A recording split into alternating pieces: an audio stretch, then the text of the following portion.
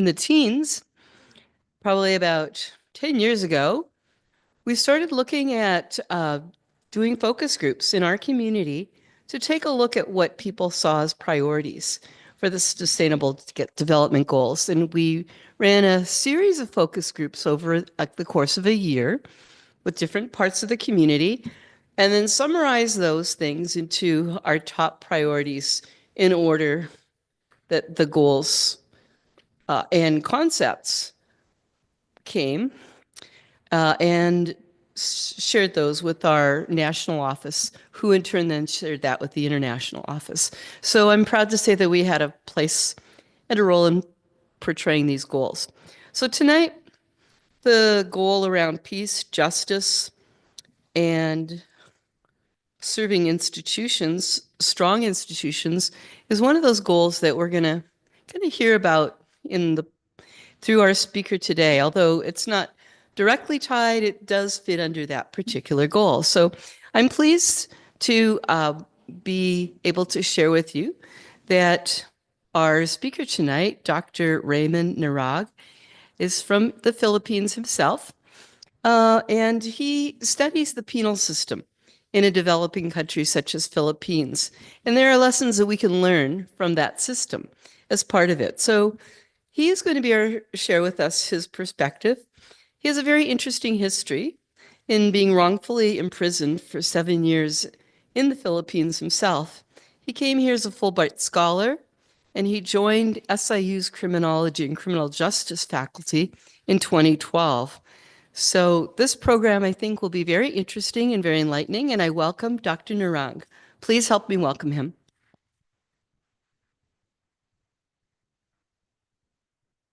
Thank you very much, Elaine, for that very kind introduction. And I really appreciate the United Nations organization for inviting me for this opportunity to present. Um, Thank you also for coming here, my family and friends. All right, my wife and daughter is here, and also my family friend and Tirolas are here as well. And to the library, Liz, for sponsoring this event. So the title of my presentation is The Penal System in a Developing Country Settings, Lessons Learned. This research and advocacy of mine had been ongoing for almost 25 years now. I practically dedicated my life here.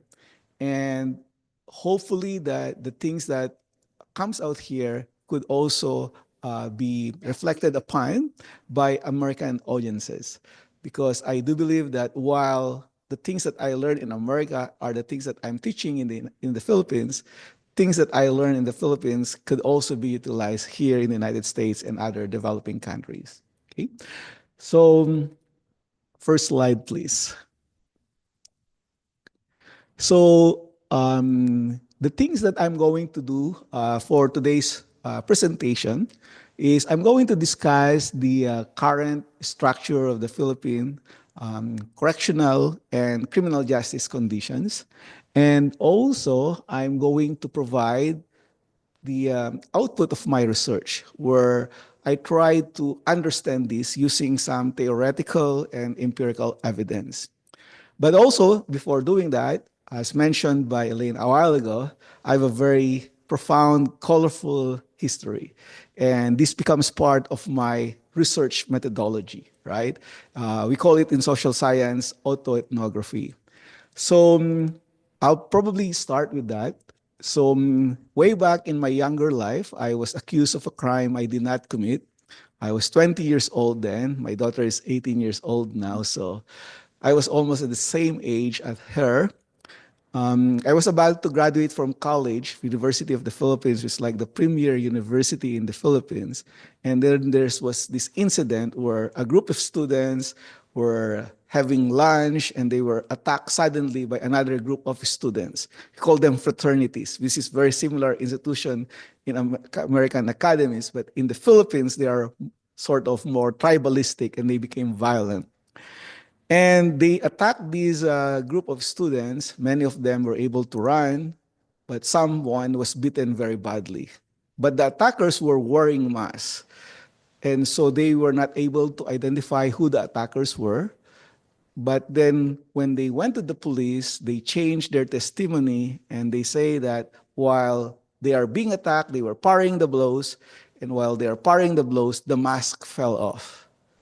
And when the mask fell off, it's me who was the attacker, Raymund Narag. So that was the basis that I was charged with a murder case, also frustrated murder, and also 3 counts of attempted murder.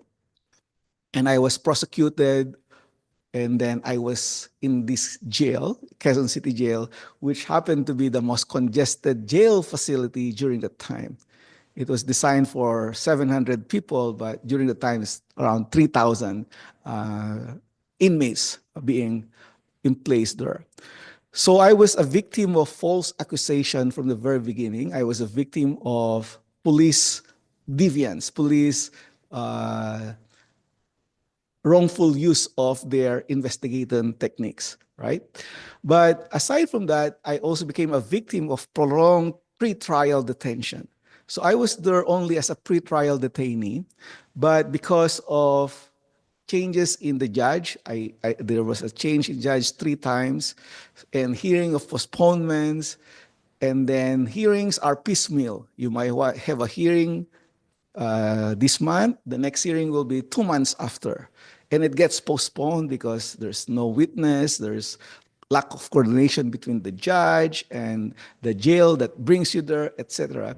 And so that dragged on, and little did I know, I've been staying in jail for 7 years. While I was there, of course, I made use of my time inside. That's a good thing. I said, oh, I'm a student. I am at least a little bit educated compared to my fellow students, so to fellow inmates. So what I did was I started creating a school inside the jail, because in the Philippines, if you have education, they will use you inside as an educator. So I became a teacher inside. And then I helped in the paralegal services. I volunteered my services to the BJMP. We call them the Bureau of Jail Management and Penology. And they made me as a paralegal coordinator. And then I work in the records as a trustee of the BJMP as well. And I help in the documentation of the records of the inmates.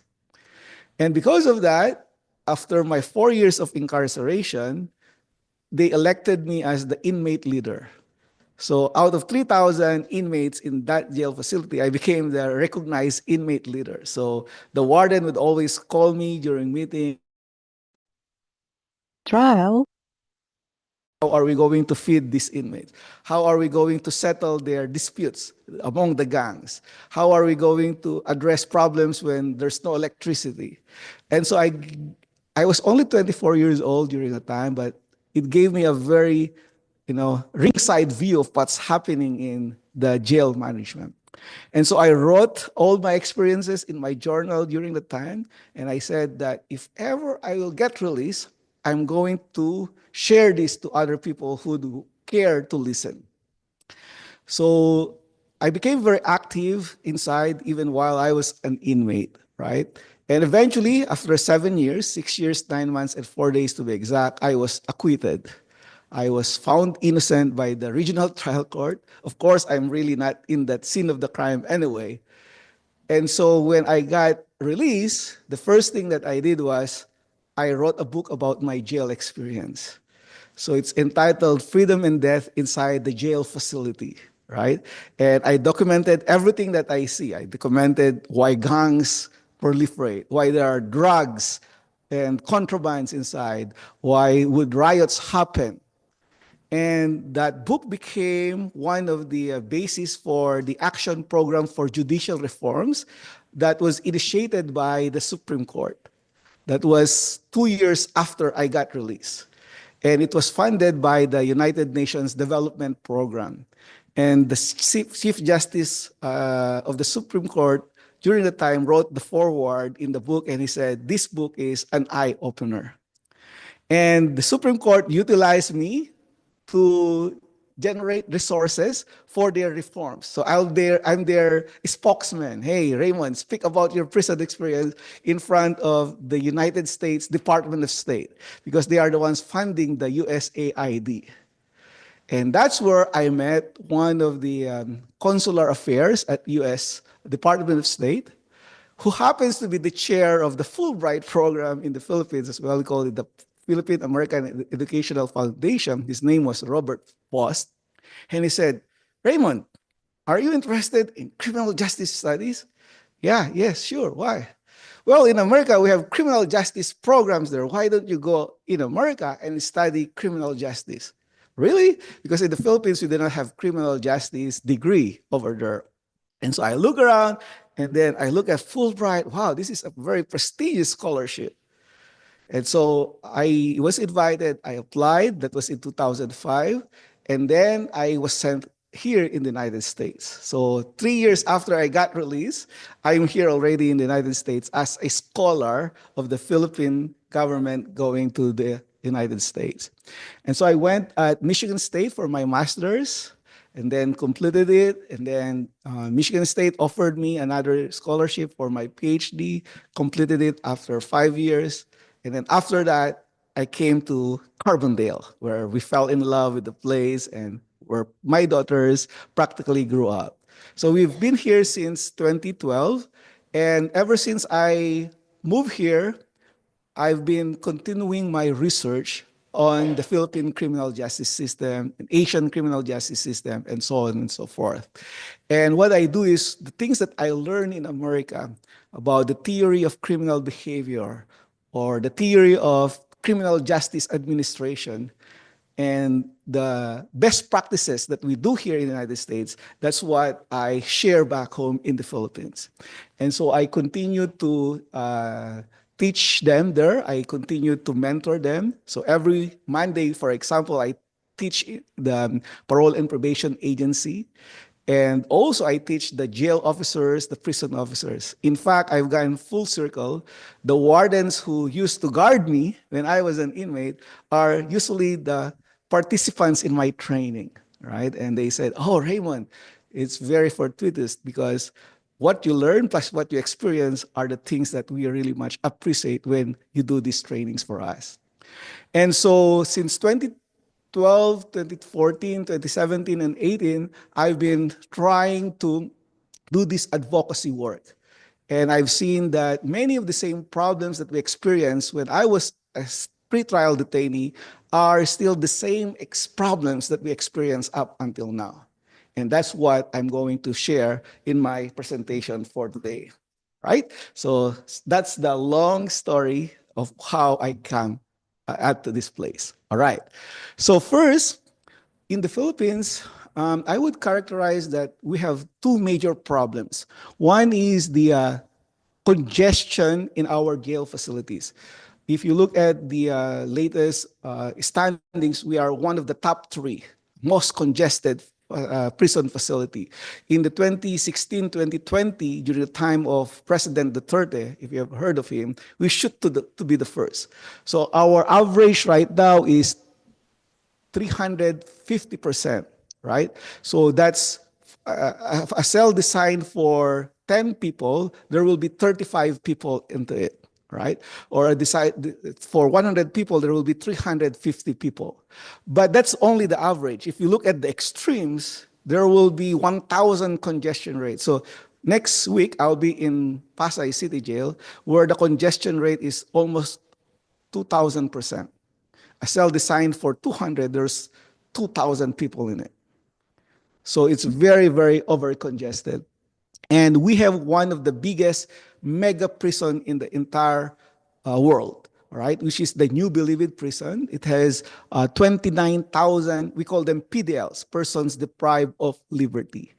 And it's designed only for 6,000 people.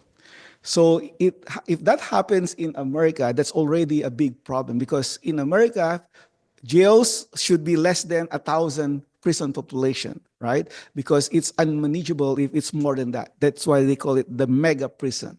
But in the Philippines, most of our facilities, especially in the urban areas, are mega jails and mega prisons.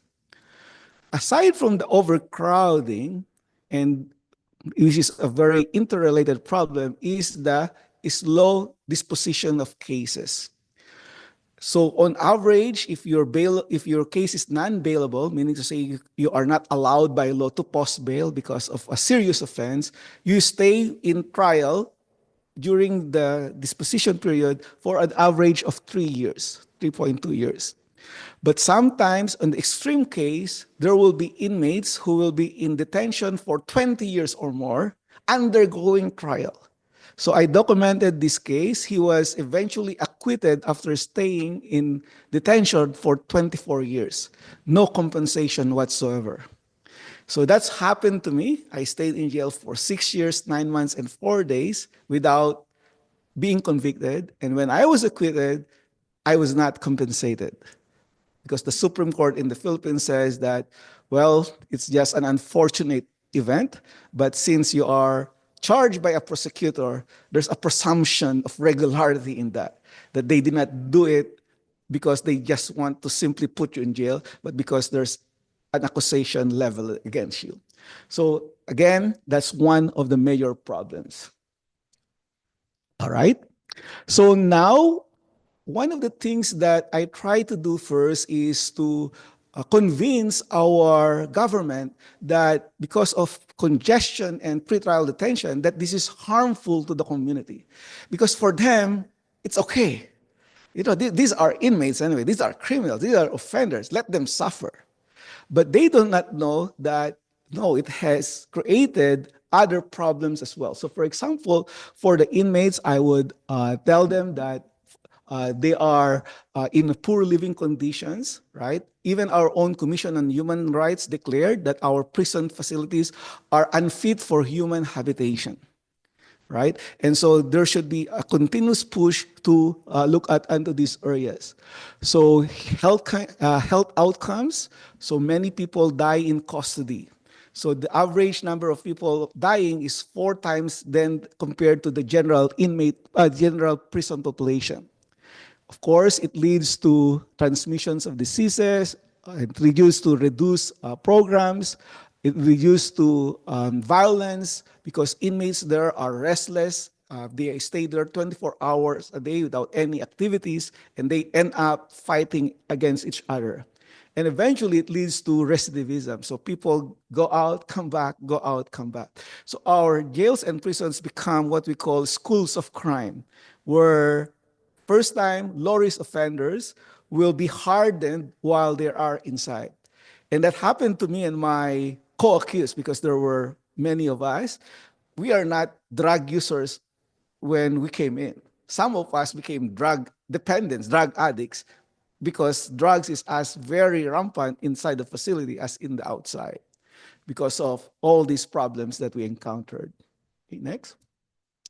But aside from the PDLs, other group of people are suffering here as well, especially the prison guards. So we called it the moral injury that are inflicted to the guards, right? So for example, the guards, they are working in poor working conditions, right? They are overworked, underpaid.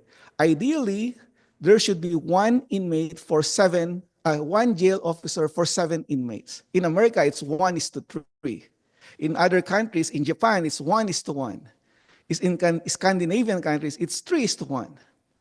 In the Philippines, it's 1:80. One jail officer for 80 inmates, right? And that's on an average day. At the extreme, it could be 1:350, right? Depending on your assignment and your shift. All right. And so it turns to job turnover, burnout. Many officers commit suicide because of the mental health breakdown. They could not tolerate what they see inside and they take upon themselves because there's what we call cognitive dissonance, right? They cannot accept the reality of their situation. But the more problematic situation is it creates what we call very corrupt practices inside the facilities. Because here are the jail officers, they have power over the inmates, and these inmates now will do everything to better their condition, and they would try to bribe the jail officers. And in the process, many of the jail officers would utilize their power of the inmates in order to generate income. And so prison management is basically a classic example of corruption studies, because everything there would be look upon opportunities of corruption from the perspective of the jail officers. So that's now the impact for our personnel. And so I try to convince our government that this is the reason why these things are happening in the personnel's ranks. And then finally, the entire criminal justice system, it leads to um, additional cost to the government. So it's very expensive to maintain a prison facility because you have to buy them food, provide them with clothing, provide them with medicines and other health care. And when I did a study, it's more expensive to put a prisoner inside a jail facility than a scholar ng bayan, a scholar in the university. It's like here, right? So the budget for food and maintenance is 120,000 pesos, right? How much is that in dollars? Around 1,200. Oh no, $2,400. So it's quite cheap compared to America, because in America it's 70,000 US dollars per year to maintain an inmate in a maximum security compound. In the Philippines, it's 2,000 US dollars for 1 year. So it's a little bit cheaper compared to the United States. But if you compare it to the Philippines, 1,400, 120,000 is much more expensive than what you bring to your scholar ng bayan, to a UP scholar student, right? So it's very costly as well. But then it creates delays and inequality of treatment. Why? It's because everybody's overcrowded, everybody's delayed. But if you have resources, if you are well connected, if you have money to pay a good lawyer, then you will be on the fast track side. And so people will realize, hey, he's the son of the Secretary of Justice, and after a few months, the case has been dismissed. Whereas this person who is very poor had been in prison for 24 years and still ongoing, right? So it creates inequality of treatment and a dual system, right? One for the poor, which is this very slow pace, and one is for the rich, which is a little bit way, way faster. And so we have a very high levels of cynicism in our criminal justice system. We don't trust our police, we don't trust our courts, we don't trust our corrections, which now is being utilized by some demagogues, some leaders who will say, okay, if I will be elected as president, then I'm going to shortcut the procedure. I'm going to empower the police, and they just go after these bad criminals, drug users. They don't have to go to the legal process, just execute them, right? And that happened in our drug war during the 30s time, and it translated to 30,000 people being killed by what we call vigilantes. So that has now created a bigger problem. So for me, I'm trying to convince our government that this is the outcome of our neglect, and we have to provide solutions to this. But in order to do that, we need to understand first the problem, right? Because there are many people trying to address the problem, but if they do not know the cause of the problem, then the solution might make the problem even worse. So for example, they would try to remove the people in the system, transfer them elsewhere, but if they do not know the reasons why those peoples are there in the first place, then it will simply mutate the problem in a worse situation. So I've been using this framework, and this framework is a product of my research here in the United States, right? So we have to look at the domains, societal, legal, structural, organizational, and cultural. And then we look at the stages, the input, the throughput, and the output. So the input here is how many people are coming to our system. Throughput is how long they stay in the system, and output is how fast they go out of the system. So in the input, police are very aggressive. right? Even if low-level offenders, you're just simply playing Caracruz, which is a cards game in the street, which is for ordinary people, that's their main recreation, but it's gambling in the Philippine law.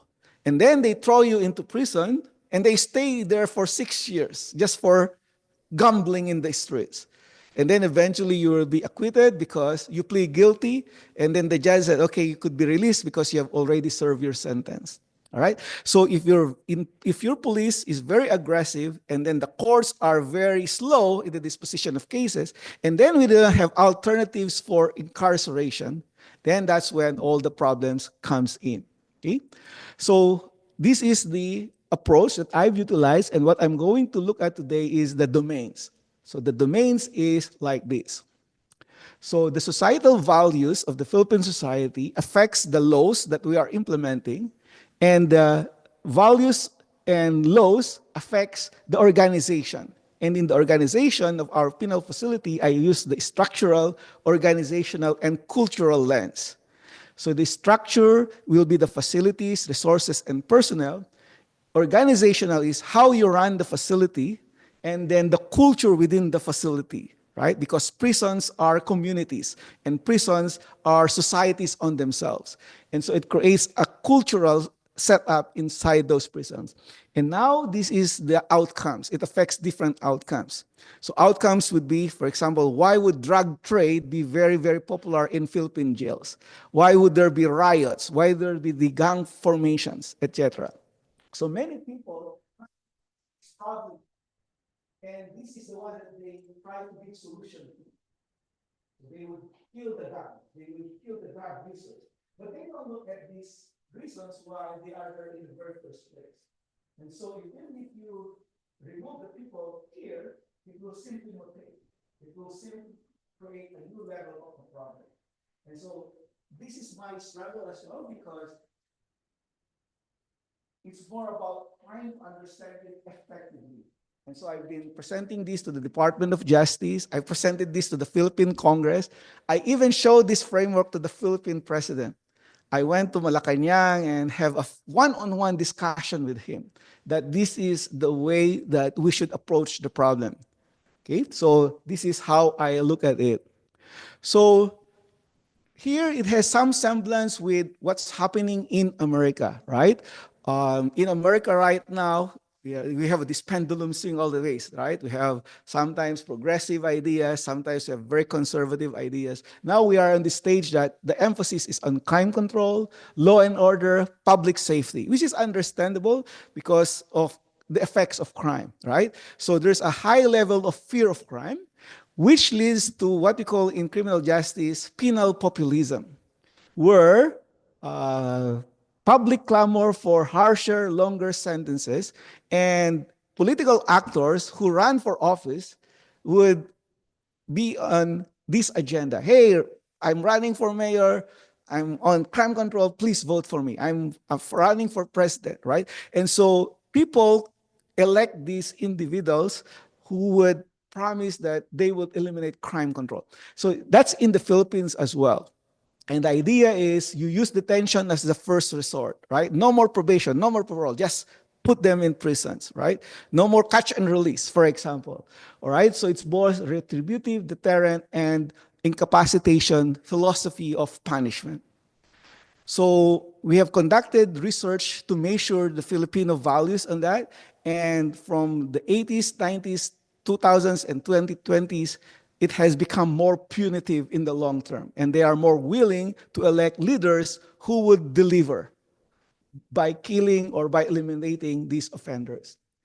And so it affects our legal variables as well, the laws that are passed in the land, right? So if you look at the latest output from Senate and Congress, most of the new laws are very, very punitive, right? So if they would want to penalize human trafficking, the penalty is either life sentence or death penalty. Good thing we don't have death penalty now, but if there's a death penalty, they are willing to reimpose that back, right? And making laws very restrictive, and also they reduce the provision of resources for our criminal justice system.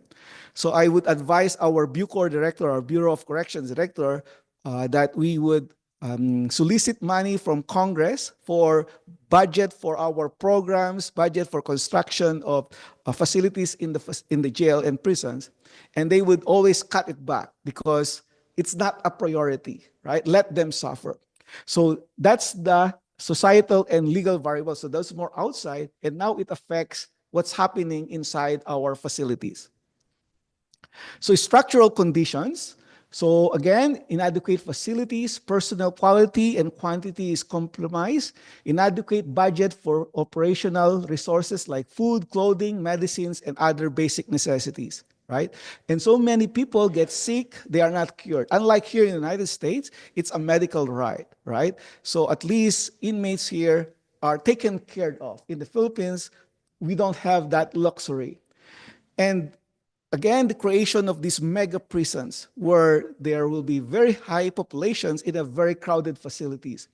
And I would always bring some people from the outside, people from Europe, people from Canada, America, Australia, Japan even, and I would show them the Philippine conditions. And they would say, Raymond, how does this thing work? If this happens in our country, it would have collapse, right? So here is where the Filipino culture comes in, the Filipino notion of resiliency. We have what we call coping mechanisms, right? So please show it up. All right. So this is an ordinary cell in the Philippines. I took this in a minimum security compound in the Bureau of Corrections. A cell designed for 30 people. There are around 600 during that time. All right. And so these are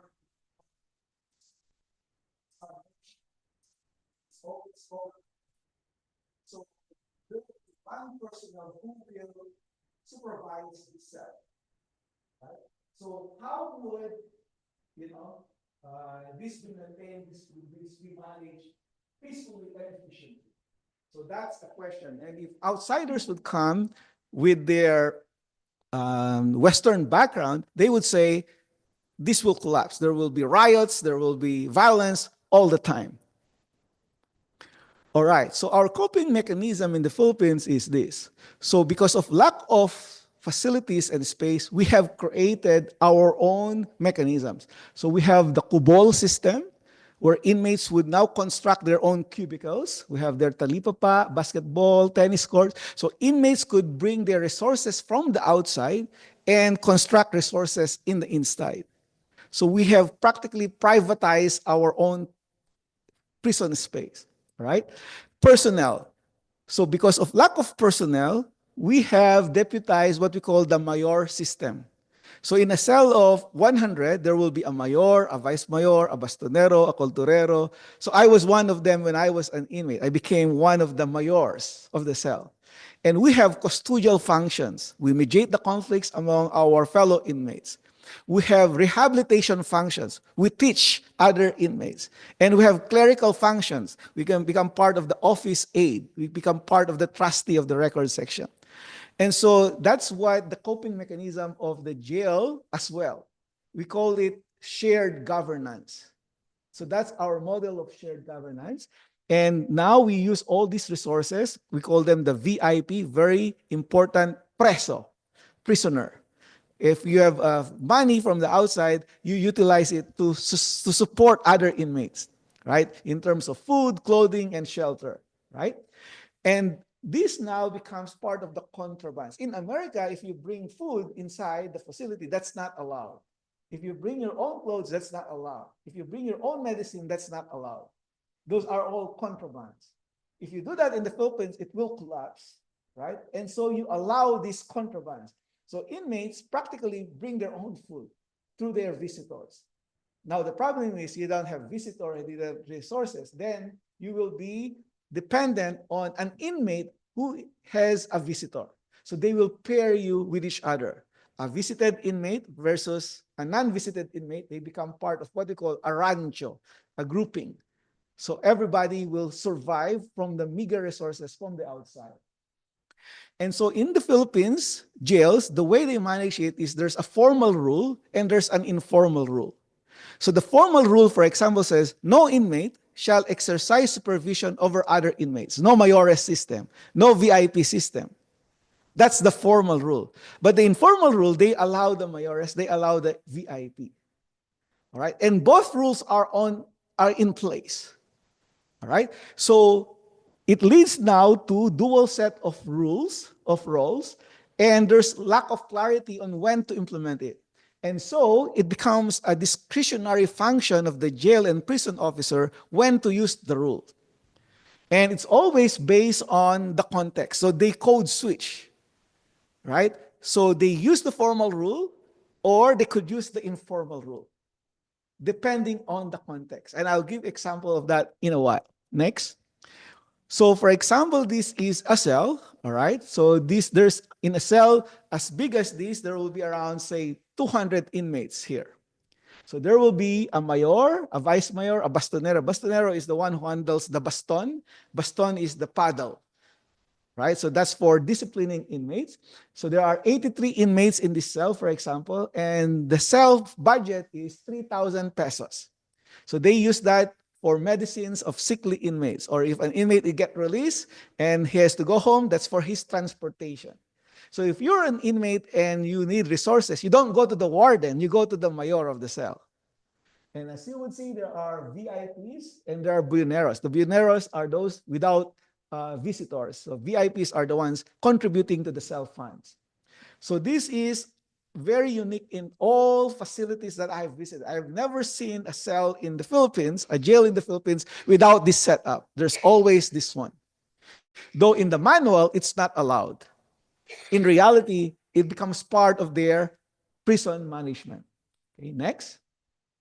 And these are the focus groups I conducted. Tell me what are the sources of your income, right, inside the cell. And they would say, calling. So if you are visited, they call you. So, oh, you have a calling. And then you get out of your cell, you talk to your visitor, and then when you get inside, you give probably 10 pesos, 20 pesos to the mayor. That's your calling fee. Why? Because you were called for a visit. So that's the calling. And then you have a VIP. You even have what we call it a commitment fee. It's like your tuition fee for being put in prison. So if you want to become a VIP, you give your commitment fee, and they will give you one of the few beds available. And that will be your reward for being a VIP. So you are going to have resources designated for you. Right? And then I also ask them what are the usage of that money. So if you are sickly, if the light malfunctions, you don't go to the warden, you go to the mayor. Hey, mayor, our light malfunctions. Let's buy bulb outside, and then you fix it your own. So inmates in the Philippines are very resilient that way.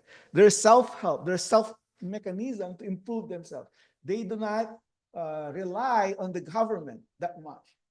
And it also protects them from the corrupting influence of the jail facility. And that's what happened to me when I was an inmate. I'm very active. I became like a city mayor. I'm in charge of garbage collection. I'm in charge of health of my fellow inmates. I do blood donations for inmates who are sick. So it empowered me. I became a community organizer of sorts inside the jail facility. Okay, next. So this now becomes part of the culture of the jail and prisons, all right? And we call it prisonization, or the process that you are prisonized. So when inmates come, they don't know anything about prison. But when they go there, oh, there's a language in the prison. There's a structure in the prisons. You have to know who's the big animal in the zoo, right? Who's the mayor, right? And you need to know how to navigate through the informal rules and the formal rules, right? So here we call it pangungulungan, or your process of prisonization. And then it justifies now your way of life. So for example, I documented these moral injuries happening inside the prisons because the prison officers, when they are in the academy, they are very idealistic. Why are you a prison guard? Well, I want to help my fellow Filipinos. I want to help them rehabilitate. But when they are inside the prison, they realize that, whoa, it's a different thing, right? So I asked them, okay lang tumanggap ng pera sa inmate hanggat hindi humingi kusang loob binigay. It's okay to accept money from an inmate as long as it's freely given, you did not ask for it. And they would say, yes, fully agree. Why? Because that's the way it is. Because if you are trying to help an inmate and the inmate says thank you and then he gives you money, then you have to accept it. Why? So you could help other inmates. That's what they said. So, for example, this is where corruption comes in because of the discretion. So, this cell is overcrowded, and there's a sick inmate there, and he needs, additional, for example, ventilation. And he comes to the warden, hey, warden, can I request for an electric fan? What would a warden do? Dr. Anderola, if you're the warden, what would you do? No, he doesn't have money from other prisoners, the warden.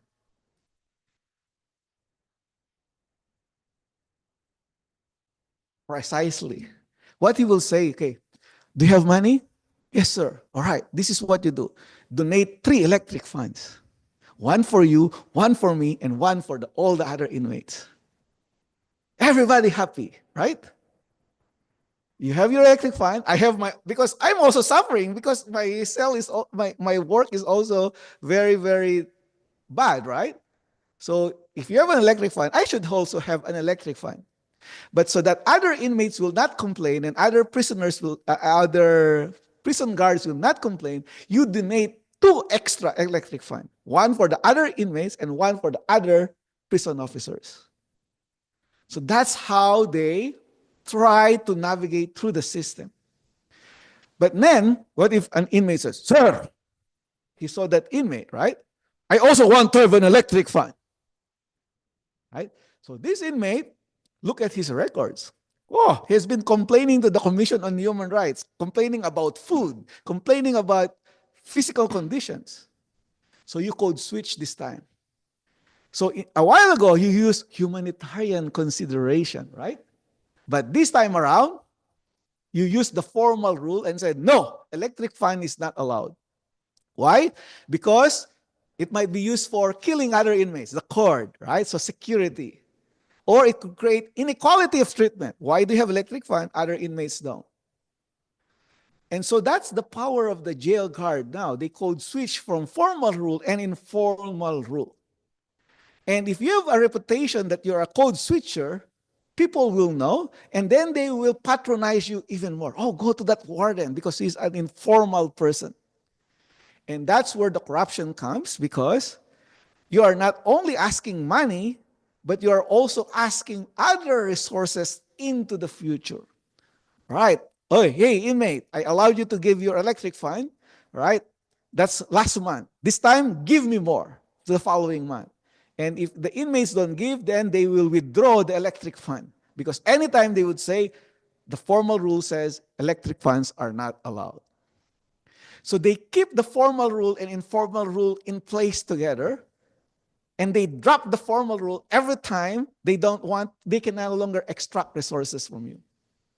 And they will use the informal rule to keep the beef going on at the same time.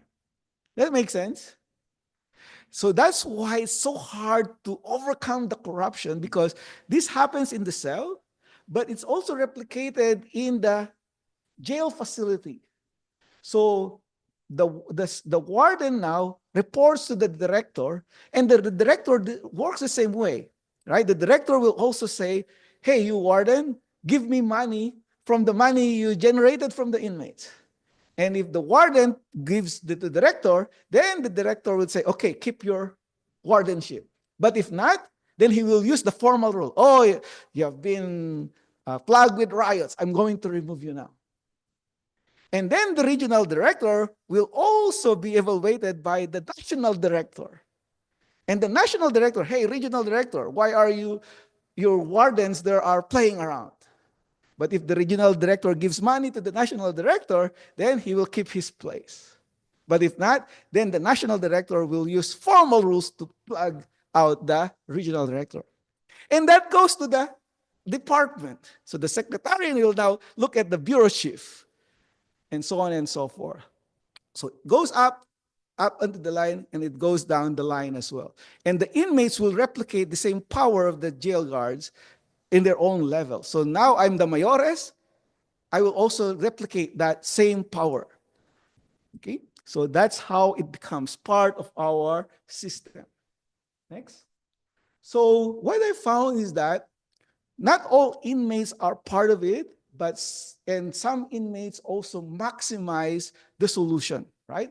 Because again, without the mayores, without the VIP, our system will collapse. So it has short-term positive benefits. It supports the day-to-day management of our jails and prisons. But on the other hand, it also is a mechanism for shared governance. So inmates in the Philippines are very active in the governance of their own selves. So it could lead to self-improvement if your pre-prison characteristics are maintained. So if you're a doctor outside, medical doctor, you become a medical doctor inside. You can still provide prescription medicine to other inmates. So I was a teacher outside. I became a teacher inside. They call me also Attorney Raymund inside because I helped in the paralegal of the inmates. And so it gave me a protection from the very corrupting, negative influence of the prisons. And that's why many inmates still thrive when they get released, right? In that way, they are easily reintegrated. So if you're a teacher outside, you're a teacher inside. When you are released, you still become a teacher outside. In the United States, that's the problem. If you're a teacher outside, you cannot be a teacher inside. And when you're about to be done, the release, you could no longer teach outside because you're not allowed. And so it's very difficult for inmates in America to get reintegrated upon release because their pre-prison characteristics are not recognized.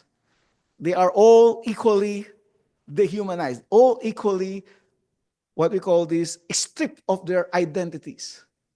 And so then when they get out, it's so hard for them to be back on their seat. And so that's the difference in the Philippines, right? We have mechanism for self-help, mechanism for self-improvement while within the facilities. And so it normalizes our situation. It becomes more peaceful.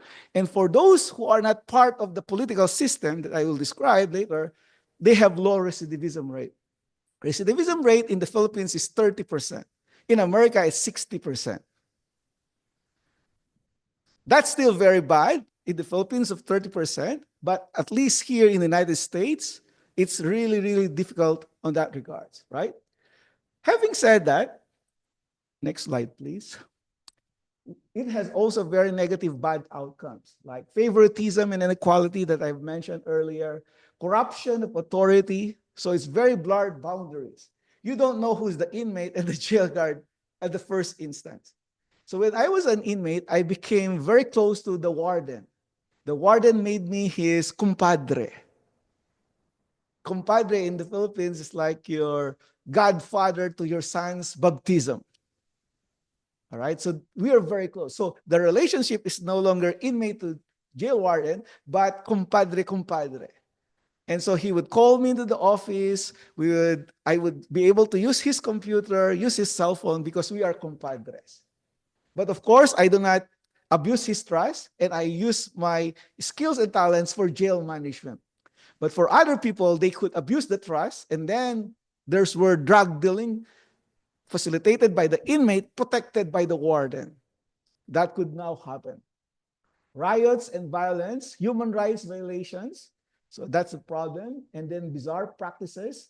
So in some facilities, you will be amazed that there's a cell for a very big time inmate, we call them. And it's like you're in a 5-star hotel with jacuzzis and whatnot. It's like El Chapo prison, right? And so those are things that happen. And then one of the plug that basically problematizes in the Philippine jails and prisons is the drug trade and the drug dealing. And many inmates are put inside the facility. They have access to cell phones, and they could still deal and sell drugs even while they are in detention. Now, of course, many people only see the drug dealing, right? And so they would kill the drug dealers inside. They would raid the prison, kill the drug dealers. After a month, there's another drug dealer that shows up, right? Why? It's because they do not see all of this. And this specifically, that there's structural problem. We are congested, lack of personnel, the VIP system, the reliance on the mayor of the town, the prevalence of the cubicles, the vaults, and the cell phone. And this is because of the societal values that we have, right? We arrested low-level offenders, put them in prison, so we have this population of drug users inside our population, ready and willing to use drugs. And then incarceration of drug users. We have the most draconian drug use policy in the world. You use drugs, you could be here for life sentence, right? And then, of course, is our organizational processes, reliance on inmate resources, and the give-and-take relationship, which now leads to this. So, using this framework, I try to influence as many people as possible. So, for example, in the societal values, that's where media campaign comes, right? We have to continue coming up with narratives that, hey, punitiveness is not the long-term solution. Rehabilitation, restorative justice is the more effective, efficient way. And then laws of the land, right? And so I've been working with senators and congressmen trying to affect, laws that could be implemented. And so when I go to the visit to the Philippines next week, I'm going to meet one of the senators to sponsor an alternative to incarceration bill. So hopefully they will be able to pass this time around. And then structural change, so I advocate for better facilities, right? So continue advocate for that. And then organizational process.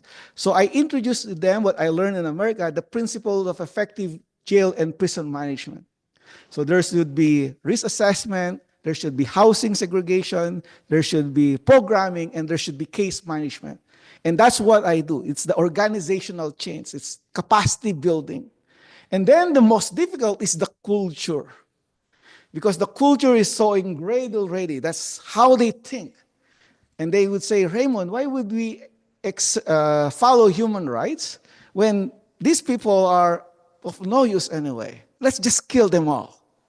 I hear that a lot of those narratives all the time.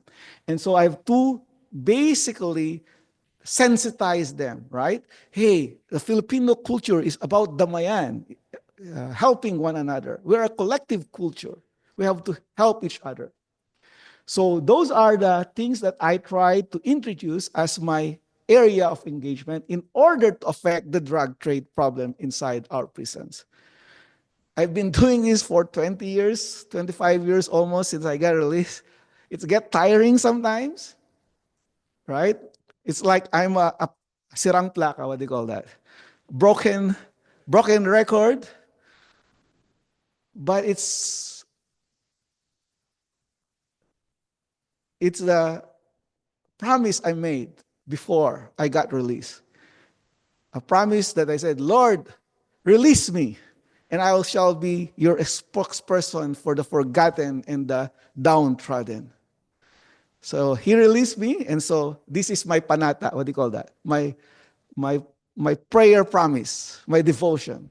So I've been doing this, and sometimes people listen, sometimes they don't. I'm happy to share that probably I have been supported by 5 senators, and 5 of my proposals had become part of the law of the land. So the good conduct time allowance, I was the one who introduced that. The release on recognizance, the reduction of bail. So I have some few gains already. But still, it's the societal and the legal issues as well that's countervailing, right? Especially now with Facebook. Oh my God, Facebook, the vloggers, that's my enemy right now because the vloggers are much more influential than me. Yeah, they try to change the values of the Filipino people in a more punitive manner, right? Because of these vloggers and TikTokers. Yeah, so it's a big problem. They have more influence, the social influencers, than us academicians. So this is my last slide. So in conclusion, how to rationalize our criminal justice policy. So that's my advocacy. Use detention as a last resort, right? Um, Reserve the limited space of the jail to the most deserving individuals, only those fully violent, recalcitrant and incorrigible. But the first-time offenders, we need to provide an alternative to them. I'm also using the evidence-based approach, right? Because in the Philippines, no one studies this criminal justice system at all. I'm the only one doing an active research into this. So I'm hoping that I will be able to invite people to come to our master's program and PhD program now that I'm the graduate program director. So I'm hoping two will come this fall. So help me guys in their stay here, right? And yeah, so I'm getting old. I'm 50 years old. I probably how many more years left, right? Working on this, probably 20 more years if I retire at 70. So yeah, my focus is to grow this space for engagement, right? And then we have to focus our resources, more rehabilitative, less costly in the long run, and increase public safety and increase trust to the legal system. So that's the goal that we are hoping to have eventually. So what are the things that America could learn? I do believe there's a lot. First is our penal policies, right? Because Philippines learn also from the penal policies of America. The war on drugs, right? It started in the United States, but we even made it worse in the Philippines because here war on drugs means leading to prison. In the Philippines, war on drugs is leading to the cemetery because people are killed. But probably what could learn by America as well is the coping mechanisms of the inmates, right? Because inmates here in America, they don't have any role in their self-reformation. It's always imposed by the system.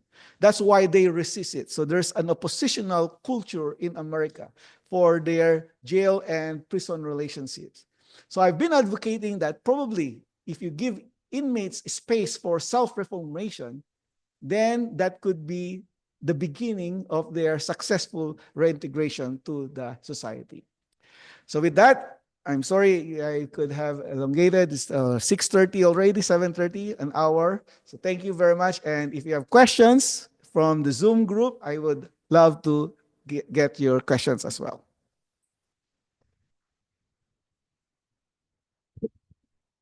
Thank you so much. We do actually have quite a few questions here. We have several questions from Zoom and YouTube and Facebook. Our first question here is from Bonnie. They ask, where exactly in the Philippines was the penal colony? They mentioned that they were in the Peace Corps in the Philippines from 1975 to 1977, and they were given a tour of a penal colony. So I think they were just looking for some more geographic information there. All right, so this study is more on the New Bilibid prisons, which is in Muntinlupa, is in the National Capital Region, but there are 7 penal facilities under the Bureau of Corrections. So probably they are referring to probably Iwahig, which is in Palawan. This is the open prison, and Davao Penal Colony, which is in Davao. And those are the 2 better facilities compared to the one in the New Bilibid prison.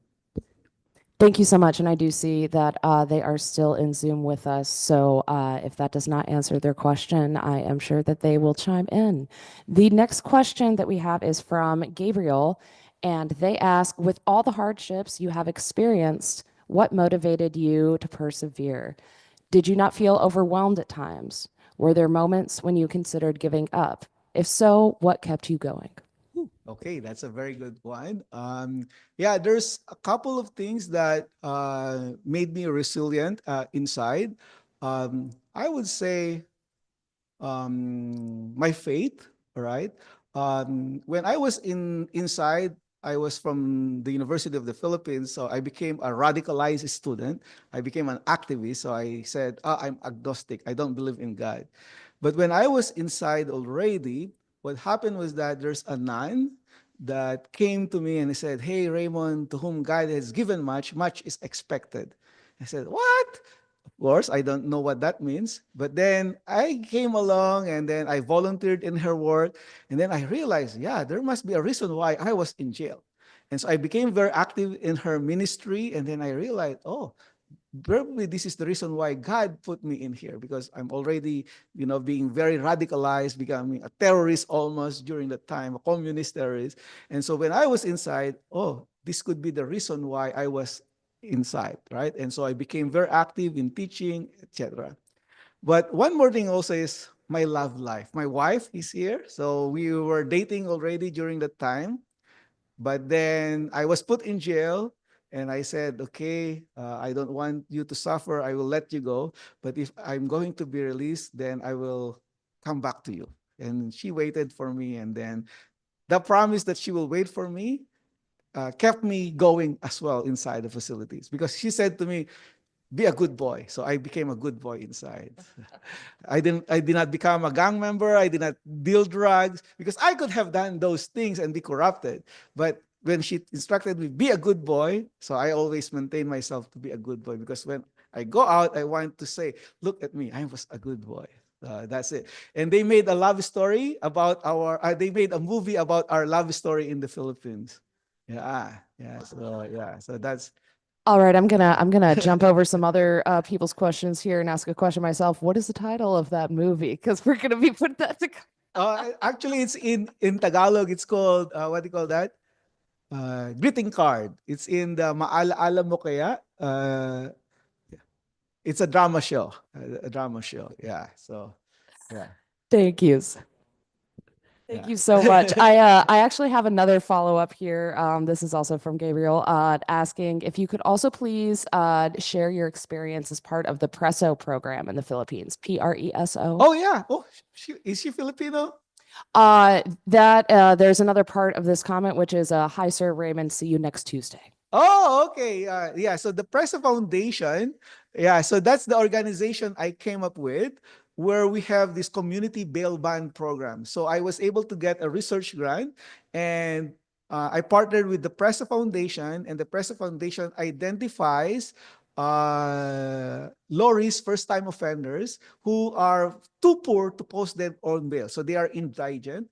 And once we identify that they are qualified for our program, we bail them out, right? So we provide the cash bail, and then we help them in their journey outside. So we make sure that they attend their court hearings during trial, but we also help them find employment or housing and make sure that they don't recidivate and go back to their old lifestyles. And once the court says that, hey, you're acquitted or even you're convicted, the money goes back to us, and that money is used to bail out another person. So it's been going on for 5 years now, and it will end, unfortunately, this July. And after that, we hope to find some donors to help us in our community bail bond program to keep it going. Thank you so much for that. I did also find a link for that and put it in the comment section on Zoom and YouTube and Facebook. So if anybody is interested in that program, they can find that there. And also, thank you to Gabriel. They have found on IMDb that episode. So Okay. I do have a few more questions for you here. We have a question from Jeff. How do you believe we can best move to a system that is evidence-based and restorative? I know you already gave us some of those in your conclusions, but if maybe perhaps you could focus on just if you had just had to choose just one. All right. So the first and important thing is there should be documentation of the activities. So for example, in our program with parole and probation, when I finished teaching them about the CARAT, which is the classification and risk assessment tool, and the programming, we also taught them how to document their progress into our programs. So every time they report to probation office, we encode in a Google form and a Google Sheet all those information. And the more information and data that comes in, we could analyze it, and it shows whether our clients are improving through the years or even through the months, right? And then we could also look at the outcomes, whether they recidivated or whether they became successful upon the conclusion of the program. So by documenting properly all our engagement, we are able to establish what factors allowed us to have proper outcome interventions, right? Which of our interventions work and which did not. But then it's very important that they know how to do documentation. So because documentations lead to evidence, and then evidence now will lead to policy formulations. Thank you so much. I just have one more comment and then one more question from online. Lisa just wanted to say thank you for sharing your experiences. It was very interesting. And Olga asks, are there civic organizations that empower prisoners to adjust to life back in their community after their release? Fortunately, yes, there are emerging organizations now similar to the HLAF, which is the Humanitarian Legal Assistance Foundation. They have the FRED program, where they would help people regain some of the skills back and some of the protective factors back needed for their eventual reintegration, especially housing, community acceptance, and employment. But there are very few, very, very few. So this has been also a challenge for me, how to mobilize all these non-governmental organizations and religious organizations to more effectively address the needs of release offenders. Thank you. And it does look like we have a question here in person. Sorry, I'm bringing the microphone over to you so that people online can hear your question. Thank you very much. I enjoyed your talk. This second time I've heard you talk about this. I think the first one was maybe like 11 years ago. That's right. So when you came to one of my classes, I think. Anyway, I wanted to thank you. And also I wanted to ask, do they have a system, any kind of like house arrest that would be maybe something that I just wondered if you've thought about or thought about talking to the government about, in which to avoid people being in jail for 24 years or 6 years when they're innocent, they could live a more useful life at home and possibly just going to work and having kind of like a band or something around their legs so that people can monitor what those people are doing. That is very correct. So generally, we call them alternatives to pretrial detention or alternatives to incarceration when they're already convicted, right? So in America, we have those alternatives. In the Philippines, unfortunately, we don't. It needs legislation for that to happen so that judges will have the option to impose it. Unfortunately, when they created the release on recognizance, when they created the bail reforms, it's still very restrictive. So for example, our community release on recognizance program allows you to be participant only if you are penalized with 3 years or below sentence. So practically, with most of the cases being penalized 6 years and above, you could no longer be eligible. Even our probation, it's limited to 6 years and below sentences. So in America, even if you're a 12-year sentence, you could still be under probation, right? But in the Philippines, they pass a law just to check the box that we have probation, we have release on recognizance, but it's very, very restrictive. So what I'm advocating for now is for the expansion of the ROR and expansion of the probation program, and also the adoption of the supervised release program for our pretrial detainees. So that's why we introduced the risk assessment tool. So in America, we have the public systems, public safety assessments, right? So if you're a first-time low-risk offender, you are employed, good reputation in the community. So instead of detaining you, the judge can release you, and then you will be under a supervision of a community relations officer. That way, you are under trial outside, You could still have treatment if you are a drug user or whatever, but you are still under the supervision of the judge because you are under trial, but you are not detained. So the reason why I introduced the community bail bond program, so we have now released close to 180 people. We have now saved the government close to 6 million pesos for food budget alone, right? And so I'm documenting it now as part of my empirical evidence to convince our Congress, to convince our Supreme Court to adopt a supervised release trial program. So that's my next goal. That's my next round. So probably we have electronic monitoring, home arrest, home detention, hospital arrest, instead of putting them all to the detention facilities, which are very overcrowded. Yeah. So that's what I'm currently doing. And that's what I'm going to do when I go to the Philippines next week. That is all the questions from Zoom, and it looks like that is all the questions from in person. And I think that Elaine has a few comments for us. Thank you so much for speaking with us today. All right. Thank you. All right. Well, I want to thank you for a wonderful program tonight. I certainly had my eyes open. I have a lot of questions, and I commend you on the research and your journey. For those of you who are here online, please consider joining us next month for our monthly program. On March 24th, we are going to be hosting a spring tea and a discussion around women's issues for Women's History Month. So it should be kind of invigorating.